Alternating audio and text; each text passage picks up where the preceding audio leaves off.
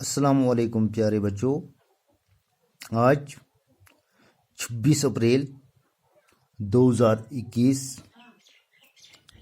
درجہ چارم کے لیے میری کلاس اردو کی عنوان یعنی کہ ٹاپک جو ہے میرا، آج ہم پڑھیں گے آپ کی کتاب کا ٹاپک درخت کی پکار، جو کہ آپ کی کتاب کے صفحے نمبر 17 پر دیا ہوا ہے۔ یہ دیکھو، تو اس سبق کو شروع کرنے سے پہلے اوپر اگر آپ دیکھیں گے سرخ قلم سے لکھے ہوئے کچھ الفاظ ہیں۔ لیسن کی ابتدا سے پہلے، لیسن کے شروع ہونے سے پہلے جو آگے چل کر اس لیسن میں استعمال ہوئے ہیں، ان کو پڑھنا سیکھنا اور ان کے معنی پتہ ہونا لازمی ہے، تاکہ ہمیں آگے سبق کے دوران کسی چیز کی کوئی پرابلم نہ ہو جائے۔ تو آئے ہم پہلے انہی کے معنی اور ان کا پڑھنا سیکھیں گے، تو پھر اپنا لیسن شروع کریں گے۔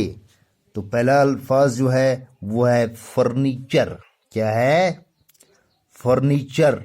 فرنیچر کہتے ہیں لکڑی کا سامان جس میں میز، کرسی، ٹیبل وغیرہ شامل ہیں۔ ٹھیک ہے، فرنیچر کا مطلب لکڑی کا سامان جس میں میز، کرسی اور چارپائی وغیرہ شامل ہیں۔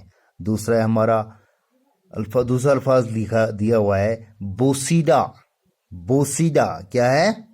بوسیدہ یعنی کہ پرانا، سڑا ہوا، کمزور، جو آپ جس کو چیز پر جو آپ کو آسان لگے یاد کرنا، پرانا ہے، کمزور ہے یا سڑا ہوا ہے۔ آنکھ لگنا۔ کیا ہے؟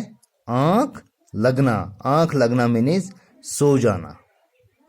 سو جانا، نیند جب آتی ہے انسان سو جاتا ہے نا، اس کو کہتے ہیں آنکھ لگنا۔ دوسرا ہو گیا آلودگی۔ کیا ہے؟ آلودگی۔ آلودگی کا مطلب ہے گندگی۔ کیا ہے؟ آلودگی مینز گندگی۔ تو الفاظ انشاءاللہ ہم جان گئے ہیں، تو اب پڑھیں گے ہم اپنی کتاب کا یہ سبق جو صفحہ نمبر 17 پر ہے، درخت کی پکار۔ حامد چھٹی کے روز اپنے دوستوں کے ساتھ میچ کھیلنے کے لیے میدان میں پہنچا۔ سبھی ساتھی جمع ہوئے، کھیل شروع ہوا۔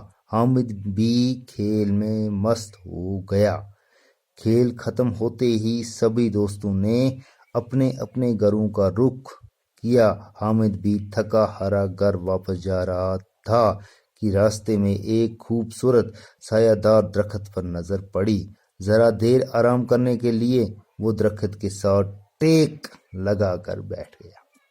ٹھیک ہے، آج اتنا پڑھیں گے، کل انشاءاللہ اس سے آگے۔ حامد ایک لڑکا ہے۔